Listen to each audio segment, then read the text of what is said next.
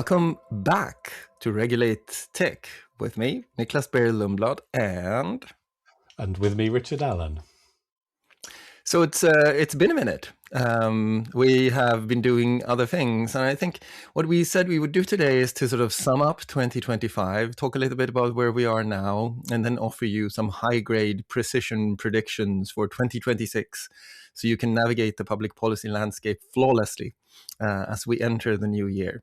That does sound like a plan. So why don't we just start with where we are, why the pause, and what our plans are for what's next? Do you want to go ahead and update people, Richard? Yeah, we've both had sort of significant changes in our working arrangement. So the sort of big shift for me, and actually probably the real driver behind the pause, is that I was appointed just over a year ago to the board of the communications regulator in the UK, Ofcom. So I'm a non-executive director on the board of the regulator, which is something I sort of took on. We can explore a bit more, but the logic was you need to see things through. So having been part of the legislative process, I'm now part of the process of implementing the legislation. And that does mean I need to sort of take that role seriously and not perhaps opine as freely on any subjects that may be coming before Ofcom as a regulator. So to think and talk about technology generally is great, and I'm looking forward to doing that with you today, Nicklas. But I do just need to be careful that I don't in any way sort of dive into the territory of things that are before the regulator, because that obviously wouldn't work. So that's the sort of big shift. I think. Yeah, it is, but it's a good one too, because I suppose that then that means that you have been through the entire value chain of regulation, from legislation to policy work to enforcement. That's quite the trajectory. It is. I mean, I'd love to know if any other listeners have been on the same trajectory, but it does feel a little sort of unusual to have been working in the sector that we're regulating.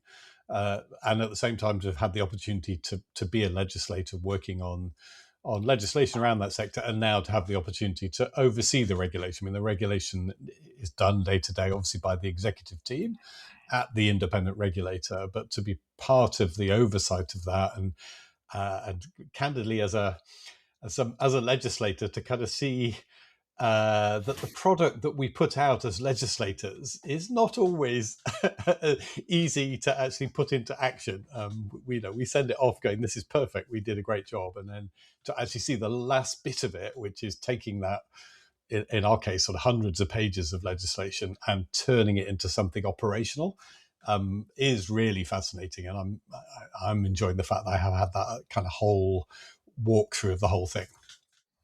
I think it's interesting because it's so it's rare, at least in Sweden, and I think in Europe, I think it's rare to move between the public-private sector in that way. But if you look at the US, it's sort of more or less par for the course. You see a lot of more flow between the public and private sector, between regulation and regulator in different ways. And I think, I mean, I'll say this because you can't. I think it's super healthy, and congratulations to Ofcom for having you. But I also really agree, of course, that there are some ramifications for what we can talk about. So I don't think that necessarily means that we can talk about less interesting things, though. No, absolutely not. So we say, and I'm looking forward to getting back to having these conversations.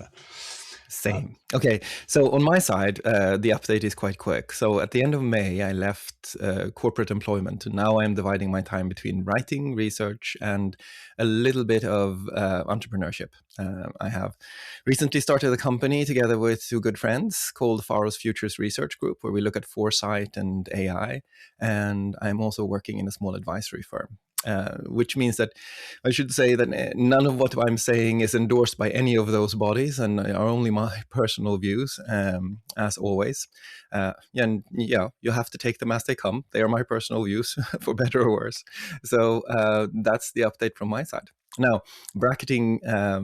Do you have anything else we should say in the update, or should we get to it? As you're mentioning that, just for transparency as well, I've even more recently taken on a role as a director of a company that is working on data for building world models. So I'm sure we will touch on trends in artificial intelligence and this world model framing. You'll hear more and more, but I just want to, again, for listeners to know that I have taken a role with the company, motivated more than anything by just sheer fascination with the technology. And this gives me a framework to go out and learn about what's happening at the cutting edge of some of the artificial intelligence development. Now, that means that we have now been properly transparent. And if anybody has questions, don't hesitate to reach out and we can ask them. But with that, let's jump into things. So one of the things that we wanted to do as we reboot Regulate Tech is that we wanted to connect more, go deeper with the technology. Because one of the things that has changed over the last year, I think, is that coding and the ability to build things and test things out, argue in actual code and look at policy changes in code has just exploded with the kinds of tools we now have access to. Both you and I have gotten back into coding. And even if I will say that my own efforts are fledgling at best, I'm having so much fun. I think it's just brilliant. It's just brilliant. And I'm struck by how much fun it is to try to test your ideas out in prototyping or figuring out the code for something, etc. So one of the things I think we do want to do is to sort of bring in data, coding, those kinds of things into the podcast more. Do you agree? Oh, absolutely, and I think we're like children in a sweet shop, aren't we? As kids, yes, very much. and what I find, I mean, again, for me, it feels like a sort of explosion of creativity, and that the gap between imagining something and building it is sort of narrower. And I know there's lots of debate around what that means if we put it the sort of more artistic fields, but certainly just in the pure tech fields, to have an idea and to be able to go from that and sit there, you can spend a whole day or 2 days, 3 days, but at the end of it, you've got something that your ideas become real. That is incredible. And that, just wasn't the case a few years ago. So that's really exciting. It reminds me actually of the shift and change we saw in music production with the emergence of what is called digital audio workstations, the DAWs. And because what happened there was that suddenly you didn't have to own several $1 million studio to record something. And you could suddenly have access to all of these synthesizers and a 16-track recorder and all of that stuff within the confines of your virtual environment on your computer. And I think it led to this sort of explosion of music. And of course, not all of the music was good, but some of it was. And I think that it allowed people to test ideas out and to unleash a bit of creativity that they wouldn't otherwise have had. So to me, this sort of coding revolution we're going through is a reminiscent of that, putting the tools in hands of more people to figure out how they would do something, how they would prototype an app, how they would organize the sort of logic of a process in code. And I think it's going to be so interesting in the coming years to see what people come up with, especially since I think that the step from doing it on your own computer and having fun with it to actually also publishing it and having it scale is also shrinking, because you have the coding environments. So you can code, for example, using VS Code, PyCharm, anything like that with all of the AI assistants you want. But then to actually deploy that is often just a few clicks away for a site like render.com or something like that, which sort of suggests to me that the amount of apps, the amount of code that will be deployed is going to explode as well. So maybe one of the things that we will do in future episodes is to release an episode and then release something on GitHub, which spoke about this, because it would be kind of nice to accompany each episode with like a GitHub repository, and you can all criticize our horrible code and think that we're amateurs, and we will be so happy to acknowledge that this is the fact. I love that idea. I mean, it's difficult, like sometimes to get over the imposter syndrome. You've written something, you're quite proud of it, and you do worry that people are going to jump on it and criticize it. But no, just get it out there. In fact, in most cases, no one will ever look at it, so it's fine. That's where you overcome your fear. And if they do, it's still quite a generous community. I love the synthesizer now. It is that, isn't it? It's that every kid in their bedroom can use a synthesizer and a drum machine and things and just make something. And that doesn't mean that all of it's going to be brilliant. You're right, but it does mean that lots of people for whom this was not accessible before will suddenly find it accessible. And it does also mean that the cost of failure has really gone down. And if the cost of failure goes down, we can write bad code, put it out there at very little cost. Whereas previously the cost of failing in something. I put weeks and weeks and weeks of development into this thing, and it's not brilliant. That would have deterred you from doing it at all. So that Yes. reduction of the cost of failure is brilliant. I think it's brilliant, and it also the other thing that I think is nice is that it provides another entry point and path for people who want to learn about this stuff. You don't have to take like a 5-year computer science course. You should if you want to, because that's still going to be useful. It's not as if that is being sort of being made less valuable by this. But you can now approach this as tons of kids did when they started to use Logic Pro. They can start using this tool, and they can then start to learn about music, musical notations, about harmonies, about chord progressions.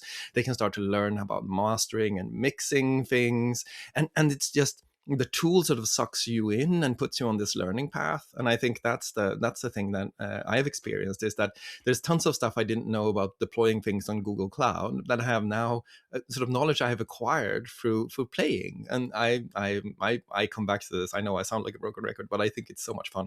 And I'd really encourage policy people out there to spend some time with this. Do not think that you cannot code, because you can.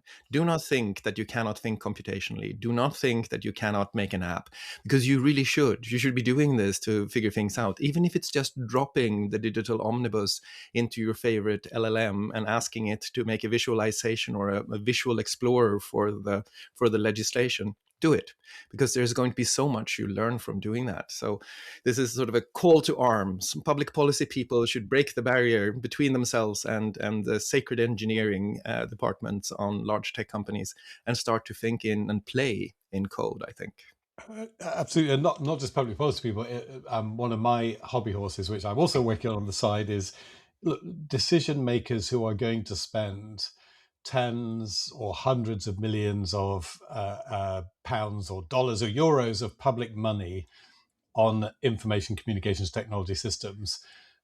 Those are big decisions. They're quite difficult, but they now can themselves play with sort of toy versions of the technology that they're buying. And I think that investment of a small amount of time and very little cash costs these days will make them much, much better buyers. And you think of the ratio of look, a couple of days of my time fooling around with configuring LLMs before signing some kind of deal for a $50 million chatbot. That feels like to me a pretty good trade-off now that you can do it. Whereas previously you had to buy the black box and the salespeople would come and they would tell you how brilliant it was. You had no way of looking inside. Now you can sit down with somebody and they can guide you through playing with one. And then when you're sitting across the table from the person who wants your $50 million, you will have a much better set of questions to ask them because of the playing with the technology. And in some cases, you will discover that it wasn't worth $50 million at all, because you could have coded it yourself in an afternoon. I think there's like this really interesting knowledge asymmetry that's going to get flattened between people who build stuff and people who buy stuff. And I think you're quite right. It's almost within your fiduciary duty, if you're spending public money now, to understand the basics of code, isn't it?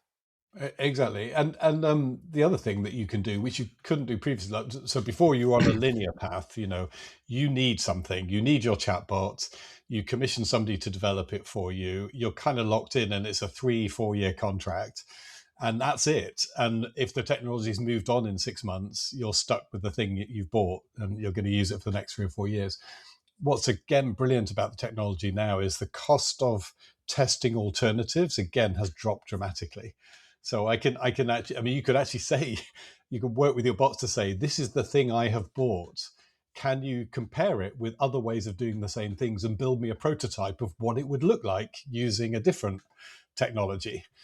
That constant ability to constantly test and test what you've got against the alternatives is fantastic. And I think, again, not just in the code space. I was talking to some folks who are doing research in other areas, and they would say, what's the advantage of the LLM? Is it just a way of doing the research I was already doing more quickly? Well, yeah, there's an element of that. You can say, you go out and do the research and write me the report. More importantly, I think you can say, can you write me 10 different reports taking 10 different angles? So I'm not just going to tie to my linear approach, the one I was already committed to, which is the only one I could afford before, because I was going to do expensive polling and focus groups and all these things. And so I'm locked into that path. Now I can say, please test 10, 15, 20 alternative approaches, and sort of do a beta stage of each of them, and then commit myself to the one that I want. Yes, I think that that's a brilliant way of putting it, and sort of it also requires that you learn a very special way of thinking that I think is inherent in this. Not just using the technology, as we say, this is how you use the. You need to acquire new cognitive models for how you approach problems, and one of them I think is exactly this one. It's sort of it's explode the field and then narrow it down. Explode the field and narrow it down. That's something that you couldn't afford before, but now the explosion into lots of different alternatives, and then almost like applying an evolutionary approach where you allow these to evolve until they hit different barriers, and then you go with the ones that sort of make it to the end. But that's something in your head that you have to learn. And I think one of the things we underestimate with the technology, to my in my view, is that we sort of underestimate how much we need to learn to use it. And the analogy I've been using when I've been talking to people is roughly, so if somebody hands you a piano, it's a great way of sort of addressing sound and music, and you can do so many things, but you have to learn to play the piano. And that's in your Yes. head, it's in your fingers. And so the thing you have to learn with the LLMs is you have to learn to play the LLM. It's like a style thing, it's like a skill, which means just as you wouldn't sort of just say, well, the piano isn't working, I can't play Chopin on it. So you would say, okay, maybe I need to spend some hours to actually practice the piano in order to play Chopin. And so we sometimes we get lost in a very simple metaphor where we say it's a technological tool. So we think it's like a hammer. I should be able to pick it up and hammer things.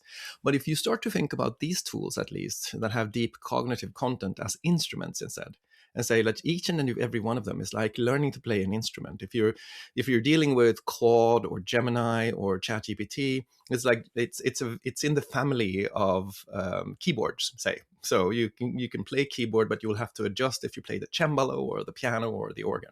There are a couple of different things you have to learn, styles you have to use. And if you use Elicit or some of the more academic research assistants, it might actually be that you're moving away, and that's more like playing the accordion. You still have, a few keys you can play on, but you have to learn new things with this new tool. So I strongly advocate the view that learning to use artificial intelligence is like playing an instrument. It is to a large degree in your head, which I think is undercommunicated today. Yeah, I mean, I'm totally with you. I love some of the technology that I'm using at the moment. There, it's described as an orchestrator. I actually think Yeah. orchestrators of technology are brilliant. And to your point, yeah, if there's one tip for anyone using large language models, I've learned a lot from you, Nicklas. But the one tip that I have taken to heart is create persona or personae for your large language model. It's so simple, and yet profoundly changes everything.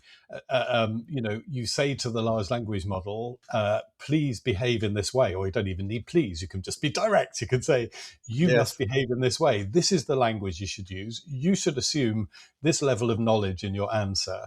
You should do things in this format. So you give it a persona, and you get radically different results. To your orchestra analogy, it's saying, now be a violin, now be Yes. a trumpet. And you can say that to the large language model. A lot of people are like, my large language model is a violin, I must always play the violin.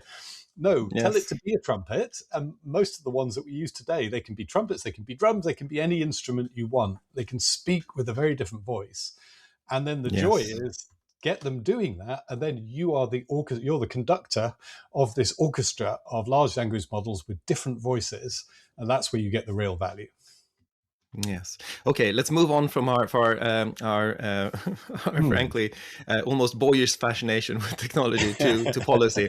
Yeah. So I think it's a couple of things that we wanted to do in this episode was because we have had the pause. We wanted to look back on 2025 and say, here are the top 3 things that we think we should take away from 2025, and then we wanted to get into predictions. And when we do, we should look at the predictions we did not last year, because last year we were in the pause. We will now refer to the pause as this dark age, but we did do predictions in 2023. It's worthwhile to get back to them and just sort of have a quick look at how we did.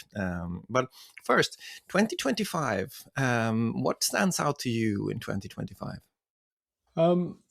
So there's definitely been Well, on the technology front, it's been the year of the great AI conversation, hasn't it? You know, it sort of dominates everything. You look at the conferences and the events. Everything has to be AI still. Um, and I think we said that that it would take quite a while for this shift to happen. But there's no doubt that if you say to people technology now, their first thought, I think, often comes to mind is AI, and then that pervades all sorts of things. It's where does it sit in terms of the stock market? Where does it sit in terms of the energy debate? Where does it sit in terms of the future of jobs? All of these sort of things. None of them have been resolved, but all of them have been endlessly debated in 2025. So a lot of ink and air has been expended on discussing AI. I think more than anything else in the tech sector. So 2025 is the year of AI. I think that's one I definitely agree on. I think from a policy perspective, one thing I would offer up is to say I think one of the things that struck me is the sort of that we're in a somewhat not surprising perhaps, but an interesting deregulatory phase in the U.S. Where the U.S. has stepped down from any attempt to sort of take a referee role, I think, and is moving away from the crypto markets, moving away from the AI markets. There was even discussions about a preemptory bill to stop states from having AI legislation.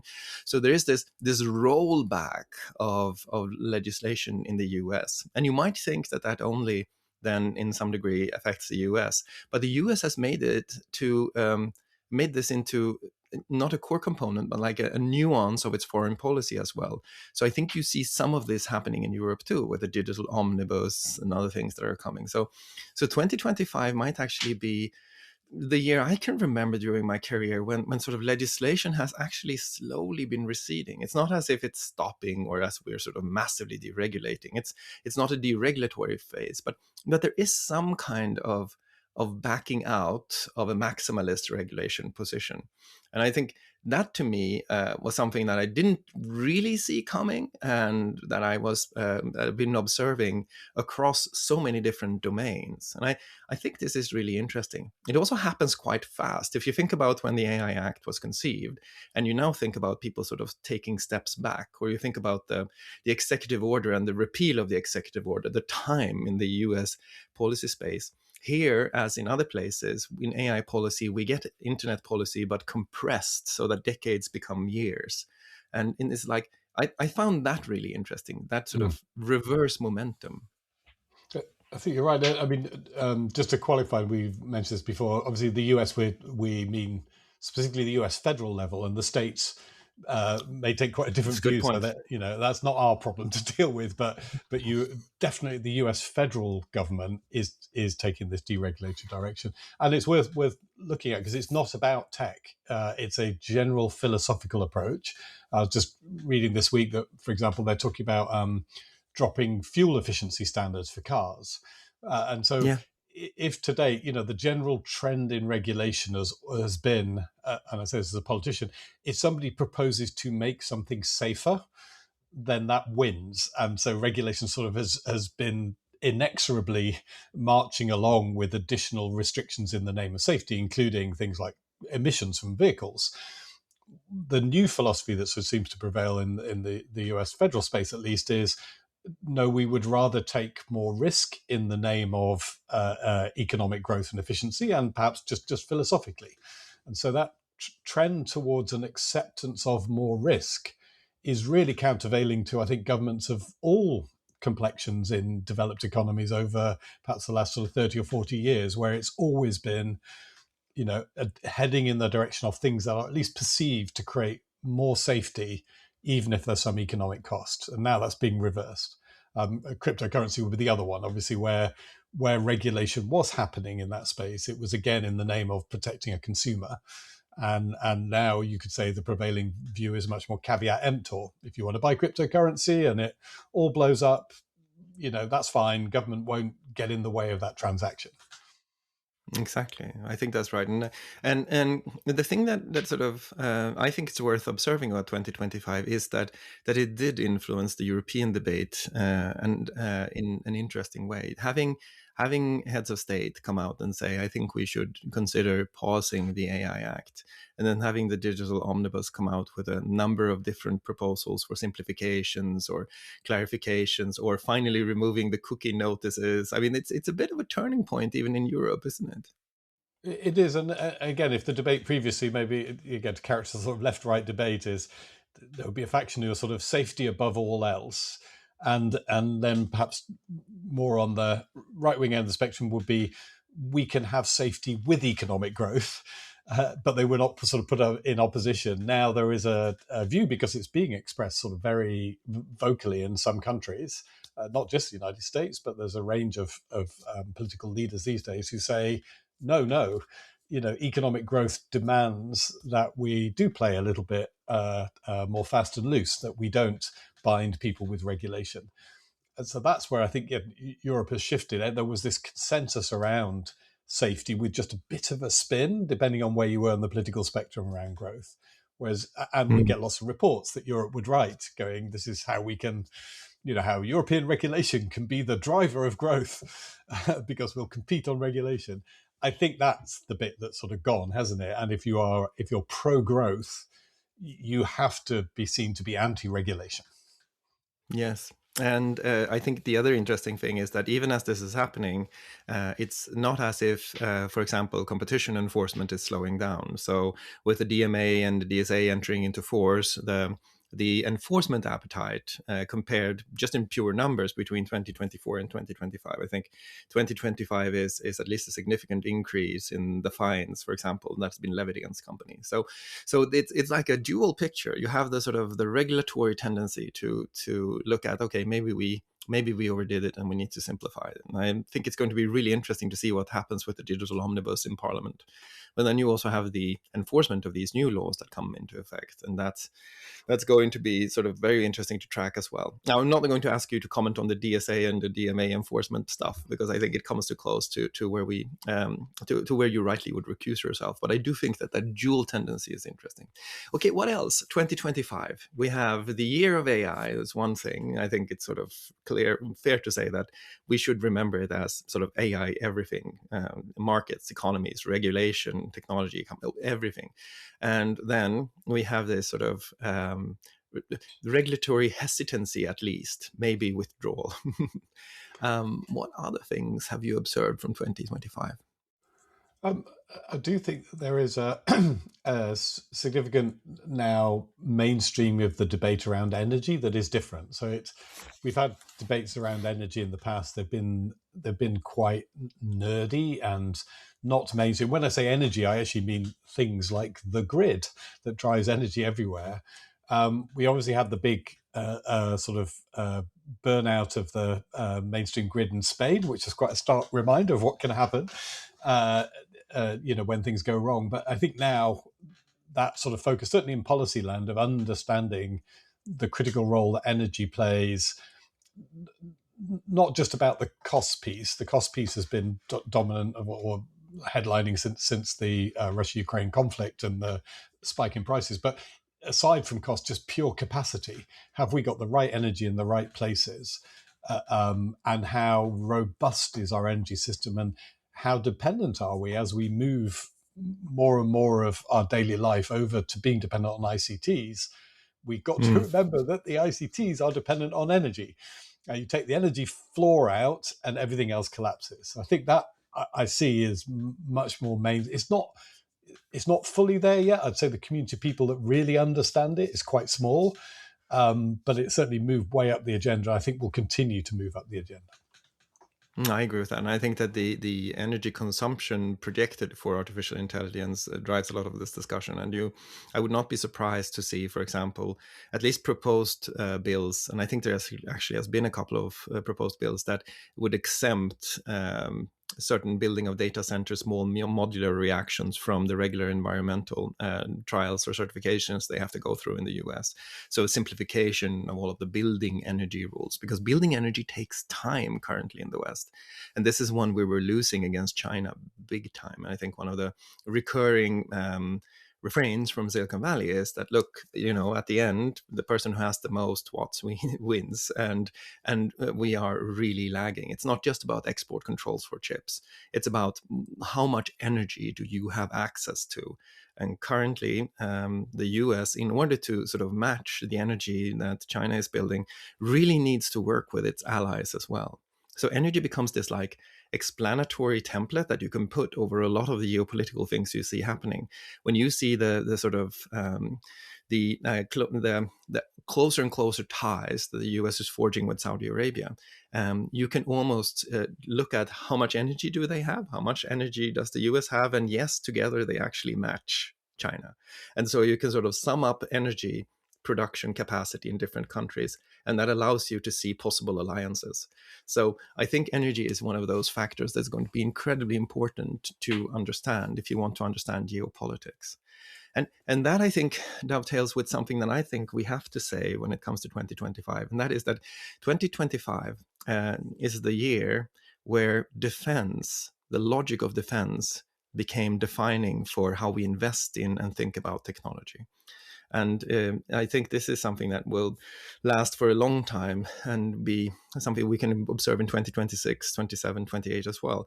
Because now a lot of the venture capital, a lot of the investment, a lot of the public investment, not least in Europe, is going towards rearmament. And it's not going to be rearmament in the sense that we are going to build 1940s tanks. It's going to be rearmament into things like obviously drones, but also cyber defense and attack capacities, and I think entirely new kinds of systems. So the logic of defense has sort of re-emerged as the core defining logic of a lot of the capital markets, but also a lot of the technological innovation spaces.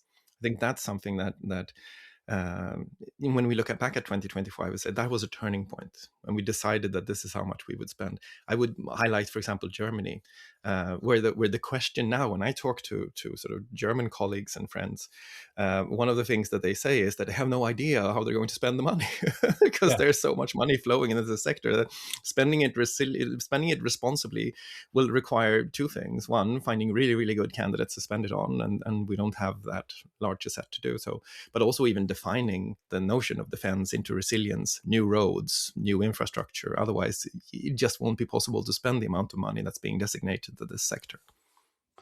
I think you're right, because those funds are committed now. And actually, interestingly for the ICT sector, I think does raise all sorts of questions. You and I have both been in companies where the prevailing philosophy of the people that certainly there at the time would be to be quite skeptical, if not downright hostile, to kind of engagement in defense related projects.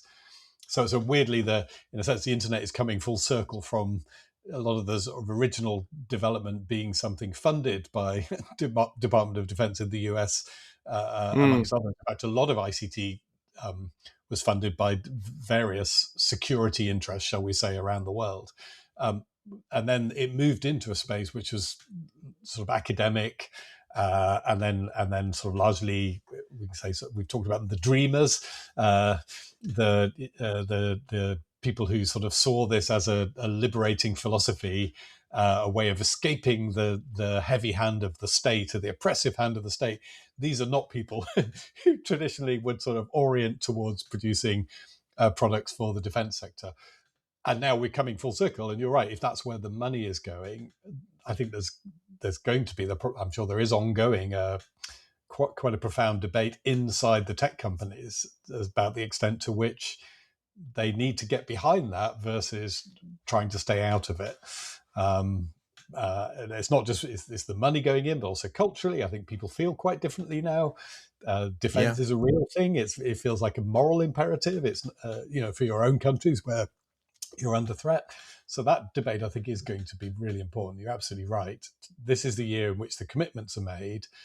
Over the next 2, 3, 4 years, there will have to be debates inside tech sector organizations about the extent to which they want to be in the defense world or try and stay out of it. Yeah. So let's see if we can challenge ourselves a little bit. So what in 2025 did we feel, oh, I didn't have that on my bingo card. That was a weird thing. Or are there things that sort of stand out as anomalies or as things that we didn't really expect? Yeah, I mean, I think we didn't anticipate when we go back and listen again to what we said before. I don't think we anticipated how profound the shift in the sort of geopolitical landscape would be, and particularly that sort of shift in the US's approach. So I think again, there's a sort of normative behaviour which would side, a sector develops, it grows, it becomes important, policymakers legislate. Now the businesses just have to kind of suck it up and deal with the regulation, and that's a sort of one way travelator.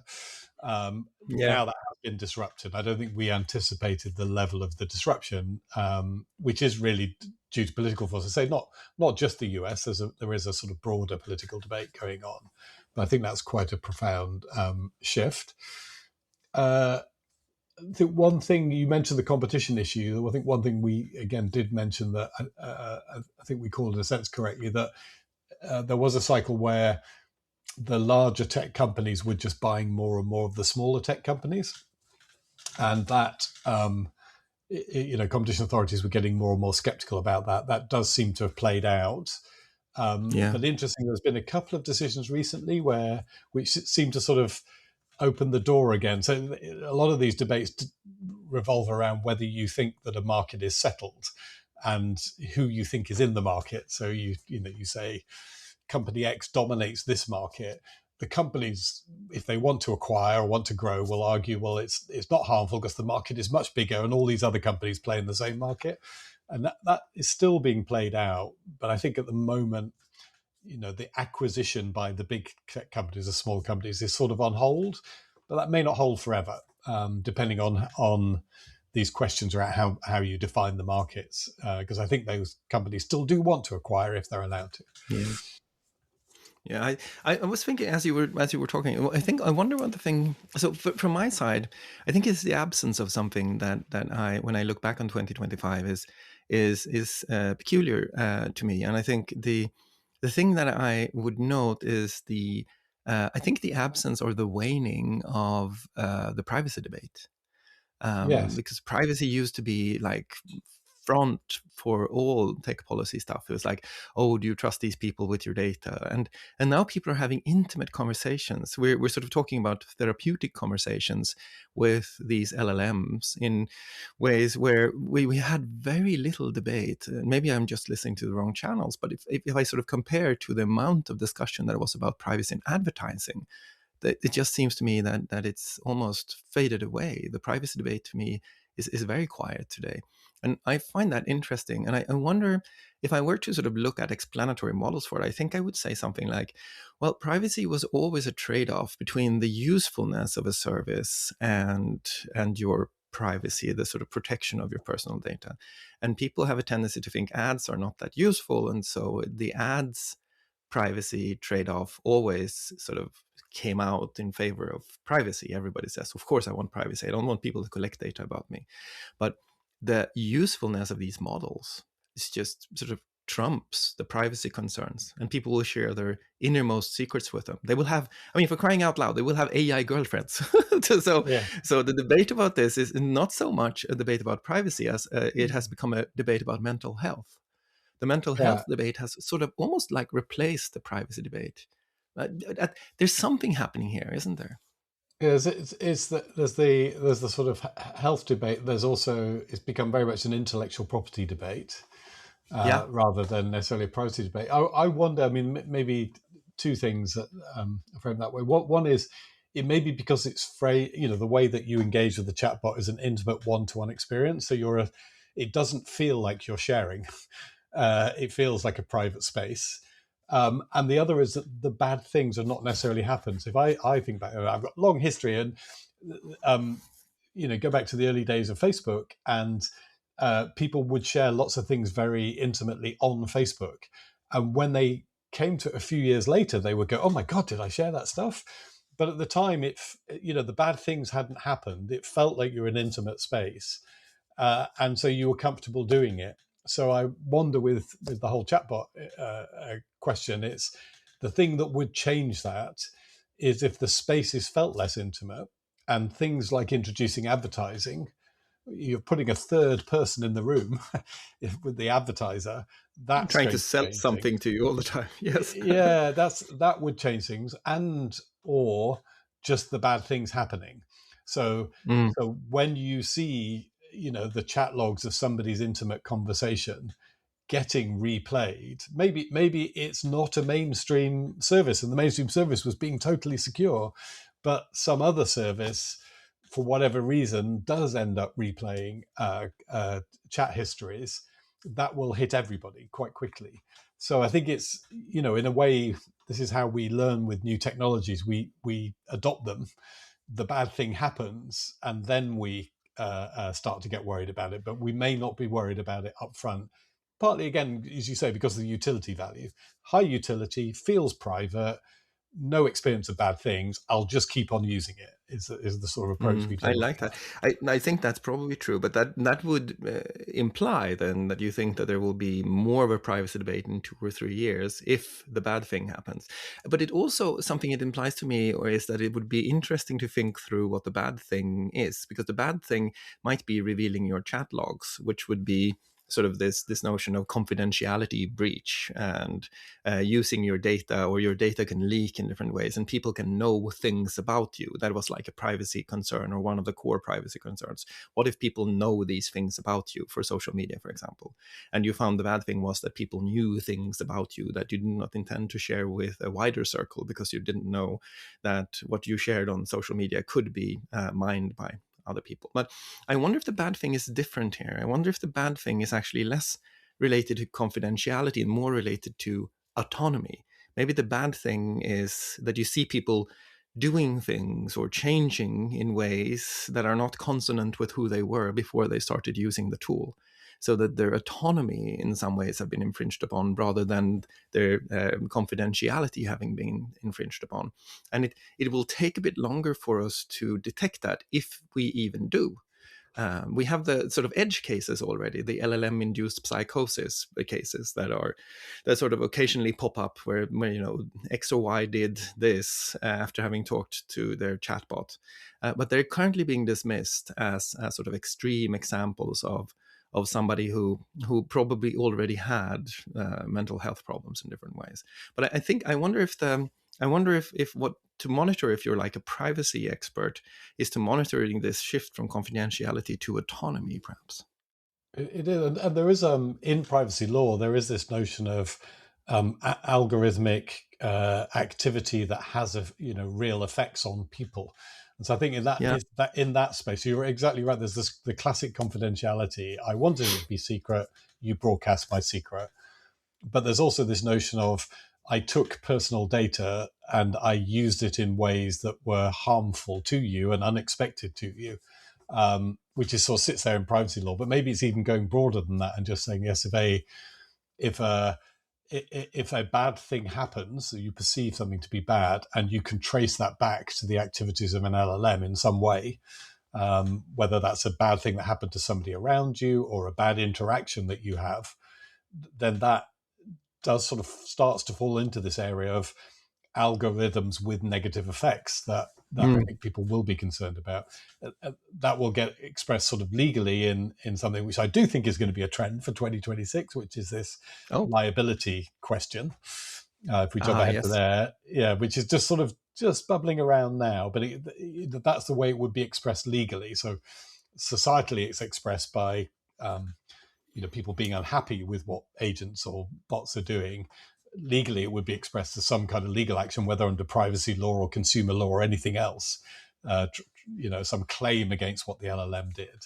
But I think that is a major area, because these things are going to happen. There is going to be, people will feel, rightly or wrongly, that they have experienced something negative, from Mm. financial loss through to somebody attacked them in the street because of some engagement with an LLM. You can think of all the different scenarios, and they're going to want to trace that back to the LLM and find that there was a responsibility there. Yeah, I think that's right, and we should move to predictions now. I think Yeah, the I'm jumping perfect early ahead. indicator. No, no, it's good. We should. I mean, I like it. Yeah, So I think the thing I'd mention is that an early indicator of where things are happening is that you can always track what Cass Sunstein is currently writing about. So right. Cass Sunstein, legal thinker and of nudge fame, I think, and other things, is currently, I think he has 2 books out this year, one on algorithmic harms and the other on manipulation. So I think that's sort of a clear indication of a shift in the field overall. Thinking about manipulation and algorithmic harm then is where you should take your privacy expertise, less secrecy and confidentiality. But let's move to prediction. So AI liability, the inevitable case of an AI creating some kind of harm and somebody wanting to figure out who's responsible for this harm. That seems to be 2026 almost inevitable surprise. It's going to happen in some way, shape, or form. And then what you're going to have to do is you have to stress test the liability systems that are in place. Product liability in Europe, I think, is being implemented, and there is a couple of other liability systems. But you're also going to have to stress test in common law countries tort law generally, right? That's right. And so maybe we get some interesting. Do you think we will get case law already during 2026? I mean, I expect we will, certainly elements of it, because there is, a lot of the harms are covered already. So it's not that we need new laws. These are not new harms that need new laws necessarily. Like, the agent directed me to the wrong place and I lost money as a result. Well, that human or machine agents, that we typically have laws to cover things like that, or there was discrimination in employment recruitment, whatever the scenario you're thinking of. The new bit is between the person who commissioned the agent, the person who supplied the agent, and the agent itself. How do we apportion blame? And I would have thought that the sort of, common law countries are going to, in a way, find it easier to. They Yeah, have the tools to try and come up with what they think is a fair allocation of blame in those scenarios. But it will have quite profound impacts. If you put all of the blame on the provider of the technology, that's a very different world from saying no, all the blame sits with the person who implemented the technology, or any kind of divide between them. It'll have a profound impact on the rollout of particularly agentic AI systems, those decisions. But they could come very quickly, I think, in common law countries, because they're going to be yeah. ruling on existing harms that are already there. And it's interesting to think through because there is this heuristic in some of tort law where you ask, okay, who is the least cost avoider? Who could have avoided this particular harm by investing the least? And that allows you to identify where you think liability should lie. And I do think that in some cases that should be the user. And I think that's going to be an interesting difference between different jurisdictions. Those sort of look primarily at the responsibility of producers, implementers, deployers, and those that look primarily at the responsibility that you actually have when you use this technology. And it's going to be a negotiation, I think, and a core part of it that I would predict. It's sort of an additional prediction to yours is that I think we will see the emergence of more insurance solutions, and maybe not just for companies, because there already are insurance solutions for companies for uptime, for different kinds of harms created by models, especially if a model's been rated by some kind of analysis or certification process. That model you can then sort of get an insurance if you use it. So the dual sort of emergence of insurance systems and liability is probably one to watch for 2026. What else? Yeah. What else for Uh, 2026? so I think this energy debate gets real in 2026. So we've had the sort of warning shots in 2025, but you can imagine in 2026, as people are sort of building things out, that there will be, real discussions to be had about who gets priority over infrastructure, because often it's things like connections, and so who's going to get priority over those. Uh, um, all of that, and this is quite urgent. So all of those debates around energy and access to energy, I think, become very real in 2026. Yes, I like that, and I think what you're going to look at is the time to build. How long does it take to build new energy capacity in different places? And I think if once you start to look at that metric, I think there's some radical reform that needs to happen in many Western countries, certainly in Yeah. Europe, absolutely in Sweden, for example. So I think that's definitely going to be one, and maybe energy becomes even more of a focal point for geopolitics. Energy technology might become more of a focal point. If you see innovations in, for example, nuclear technology, or you see innovations even in fusion, I think that's sort of not really going to happen. But I think those would quickly come under export control rules. So energy becoming a part of this geopolitical set of negotiations that we see playing out specifically between the US and China, I think is another bet that seems pretty safe. So I'll give It's, you one. Oh, sorry, yeah. go ahead. Also, I was just No. going to say on the energy, though, it's also one where the innovation has been quite slow. Yes. So if you is that's the question. So things like, I mean, I don't know how Sweden has done, but we're having in the UK our big rollout of smart meters, which is taking forever, which is quite a basic Yes, old same. technology, but is a key technology for all the other things you might do, like variable pricing according to demand. So there's a lot of scope, actually, a lot of innovative upside in the energy market, but it's dependent on these upgrades to the infrastructure of things like smart metering and and and and and I think not just upgrades. The other thing that strikes me is that the energy network topology is out of date. So to many degrees, energy should be going through the same kind of transformation, or some kind of transformation that's similar to that of telcos. The idea that you sort of have these central repositories, these really sort of center heavy networks, is not necessarily the best way to build a network of energy today. If you were to build it today, it would allow for local generation, for example. You would allow for the the equivalence of Wi-Fi networks, where local networks actually manage quite nicely themselves on solar power or whatever other kind of power they have. And I really, I think, I mean, the problem to some degree with Western energy is the installed base is in need of the same kind of transformation that the internet brought to the telco networks, and that's going to take so much time. And there's such inherent resistance in it. I have a friend. I think both of us know. Jonas Birgersson has sort of yeah. decided that this is his next big fight. And without commenting on his technology, although I think it is really interesting, he makes exactly this argument, and he says that, look, I took on the telcos with fiber. Now we need to do something similar and take on the energy companies to make sure that we actually allow for a completely different topology to emerge in the energy networks. I think it's a hypothesis worth taking seriously. I can see arguments Yeah. for and against, but my sense is that there's like an even more fundamental problem to this. I wish him well on that because I think it's much needed. Yes, Right, we back to do. We your do. prediction. Do you want to give me Yes, your? and the prediction I had, the prediction I had is sort of maybe like a weak one, but it's one that I think is interesting, and it's that I do not think that any commercial proprietary model will be launched in 2026 that outpaces the already existing models on benchmarks and different kinds of Ooh. tests by more than, say, 20-30%. I don't think that any one company is going to make a jump in 2026. The reason for this is I think the knowledge is widely dispersed. People move between the companies all the time, so the latest technologies are available to everyone who's launching these proprietary models. And I also think that we're not necessarily hitting sort of the end of the scaling paradigm, but scaling is happening more slowly. So there's still scaling gains to be had by having more data and more compute, but they're slower and they're now more equally distributed across the different companies, if you think about the companies as a field. So I think we will see AI development, but slower. On the other hand, I think that the gap between proprietary models and open source models will start growing. So in Mm. 2026, I think open source models will increasingly sort of be left behind by proprietary models.